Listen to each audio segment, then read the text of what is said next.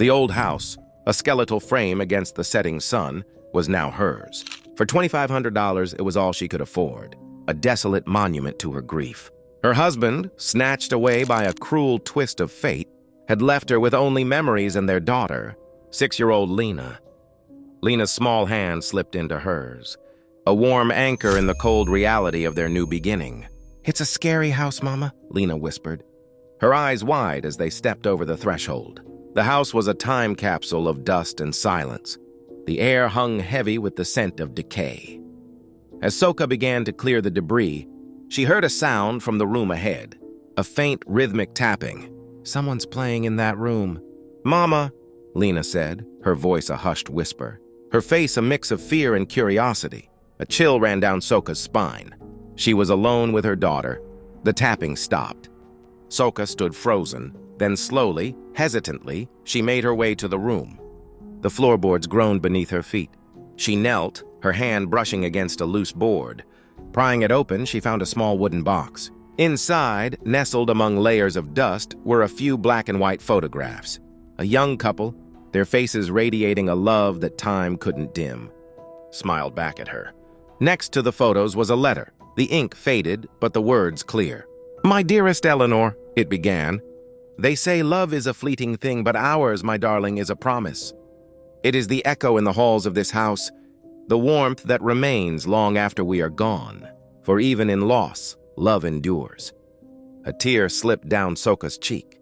The words resonated with her own pain, her own enduring love for her late husband. She felt a connection to the past, a shared understanding of love and loss. It was in that moment, in that quiet, dusty room, that a spark ignited within her. The house no longer felt like a tomb of sorrow.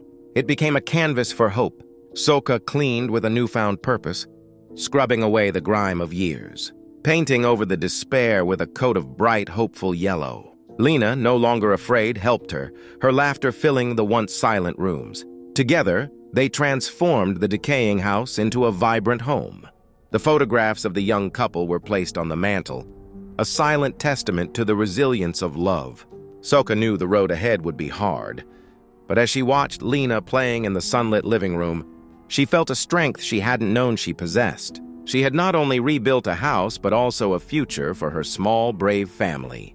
The old house, once a symbol of her loss, was now a monument to her courage. As months turned into a year, the house on the hill, once a forgotten ruin, became a beacon of warmth and life in the small community. The garden, once a tangle of weeds, now bloomed with vibrant flowers. Soka's courage and dedication had not gone unnoticed. Neighbors, initially wary of the solitary young woman who had bought the haunted house, now stopped by with food and friendly conversation. A lifelong resident of the village knocked on Soka's door. "I used to know the people who lived here," she said, her voice soft and full of memories. "Eleanor and her husband, Mr. Dara, they were a beautiful couple so full of love. He was an architect, and he built this house for her, with his own 2 hands." Mrs. Chan's eyes glistened as she spoke of their kindness, their shared dreams, and the tragic accident that had taken both of them too soon. "They say a house holds the spirit of those who loved it," she continued, "and this one was overflowing with their love. I'm so glad it's found a new owner who understands that." Hearing their story from Mrs. Chan felt like the final piece of a puzzle for Soka. The letter and photographs had offered a glimpse into a past love, but Mrs. Chan's words brought it to life. It was a powerful reminder that while people may leave, the love they create can linger, not as a haunting, but as a gentle, guiding presence. Soka looked at Lena, who was helping Mrs. Chan water the roses, her laughter echoing in the newly painted rooms. She realized her journey had been more than just about starting over. It was about honoring the love that had once filled these halls and adding her own to it. The house was no longer just a house. It was a sanctuary of enduring love, a place where the past and present coexisted in harmony. It was a home built not only on hope, but also on the baitha, silent promise of a love that never dies. Soka's life settled into a new, peaceful rhythm. The old house, now a vibrant home, was a constant source of comfort. The community had fully embraced them, and the lonely ache in Soka's heart had begun to fade, replaced by a quiet sense of contentment. Lena was thriving. Her days filled with school, new friends, and the simple joy of having a place to call her own. One evening, as Soka tucked Lena into bed, the little girl looked up at her, her eyes sparkling. "Mom, you know that place where the box was?" she asked. Soka nodded, remembering the day that had changed everything. "I think the people who lived here before are happy," Lena said with a thoughtful smile. "I feel like they're playing with me sometimes. A little like they're looking after us." A wave of emotion washed over Soka.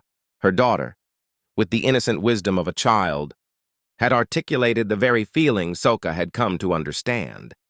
The house wasn't haunted. It was filled with a legacy of love.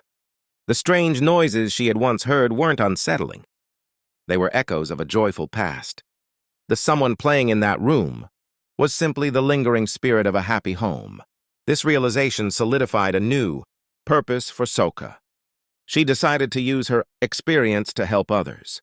With the encouragement of Mrs. Chan and other neighbors, she started a small business, helping people restore old homes with a gentle touch, honoring their history while preparing them for a new future. She called it Eleanor's Legacy. The business thrived, built on the principle that a house is more than just a structure. It's a vessel for memories and a foundation for new ones. Soka never forgot the faded photographs or the letter that had given her the strength to rebuild. She kept the wooden box in a special place, a silent reminder of the couple who had lost their lives but whose love had, in a way, saved hers. It was a story of two families, connected across time by a single, powerful truth, that even in the face of immense loss, love truly never dies. It simply finds a new home. Years passed, and Soka's business, Eleanor's Legacy, became a cornerstone of the community. Her reputation for not just renovating houses, but for breathing new life into them, was widely known. She had a unique gift for seeing the stories within the walls of a home and preserving them. Lena, now a bright and confident teenager, often helped her mother, learning the trade and absorbing the same deep respect for history and love. One hot afternoon, they were working on an old brick house on the other side of town. As Soka carefully pried up a loose floorboard in the attic, her hands, still strong and calloused from years of work, found something small and wrapped in a piece of burlap.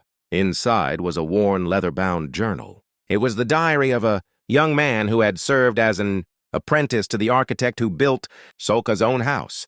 Reading the faded script, Soka discovered a hidden narrative. The young man, a timid artist, had been hopelessly in love with the architect's daughter, Eleanor. The journal entries spoke of his quiet admiration for her, the secret sketches he made of her when she wasn't looking, and his heartbreak when she fell in love with Dara.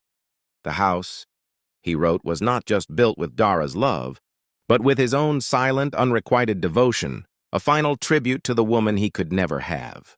Soka felt a pang of shared understanding. The house she lived in, the one that had saved her, was not just a monument to one love story, but to a chorus of human emotions, joy, loss, enduring love, and even quiet, unspoken devotion. It was a tapestry of lives woven together by one shared space. The strange noises she had first heard were not just from one couple, but from the echoes of many hearts that had once beat within those walls. She shared the discovery with Lena. "See?" Soka said, her voice full of a new kind of reverence. "Every home has many stories inside. Not just the ones you can see, but the ones buried deep, waiting to be found.